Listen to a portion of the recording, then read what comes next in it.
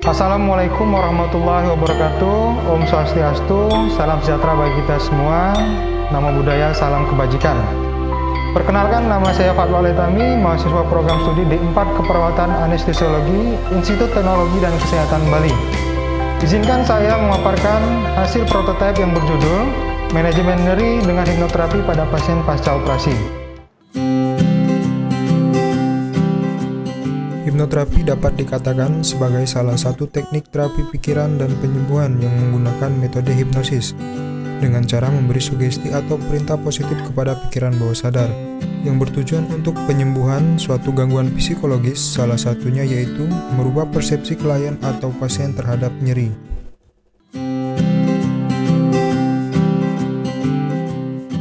Dari berbagai literatur ditemukan, nyeri pasca operasi merupakan salah satu penyebab mayoritas nyeri akut yang disebabkan oleh prosedur pembedahan atau keadaan patologis penyakit pasien. Manajemen nyeri pasca operasi yang kurang adekuat disebabkan oleh beberapa faktor. Yang pertama, sensasi dan pengalaman nyeri yang berbeda pada tiap individu. Yang kedua, kurangnya evaluasi nyeri terhadap pasien. Yang ketiga, kurangnya interaksi dan komunikasi antara pasien dengan tenaga medis. Yang keempat, ada beberapa terapi farmakologi yang berkontraindikasi terhadap penyakit pasien, sehingga alternatif pilihan salah satunya menggunakan terapi non-farmakologis sebagai adjuvan dalam manajemen nyeri pasca operasi. Jika nyeri pasca operasi tidak dikendalikan, hal tersebut dapat memperpanjang proses penyembuhan dan juga bisa menyebabkan komplikasi terhadap pernapasan, ekskresi, peredaran darah, dan sistemik lainnya. Sebagai akibatnya, kualitas hidup dan kepuasan pasien menurun. Lebih parahnya, dapat mengancam nyawa. Lamanya pasien tinggal di rumah sakit juga dapat meningkatkan biaya perawatan. Sehingga untuk memenuhi rasa aman dan nyaman pasien, tenaga medis perlu mengaplikasikan terapi alternatif non-farmakologis, salah satunya hipnoterapi, sehingga dapat memberikan terapi yang penuh kasih dan holistik. Pre-induction. Tahap ini merupakan tahapan ketika praktisi hipnosis membangun trust atau kepercayaan pasien terhadap praktisi. Pada tahapan ini, kepercayaan dapat dibangun melalui percakapan ringan, saling berkenalan, mengeksplorasi tingkat nyeri pasien sebelum dilakukan hipnoterapi, menjelaskan seputar hipnoterapi, baik itu manfaat dan prosedur yang akan dilakukan serta dipastikan apakah pasien benar-benar setuju untuk dilakukan hipnoterapi. Induction.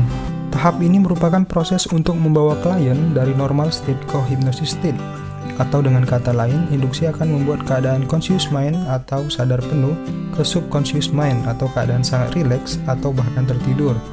Ada banyak teknik dan jenis induksi menyesuaikan tingkat sugestivitas dari klien.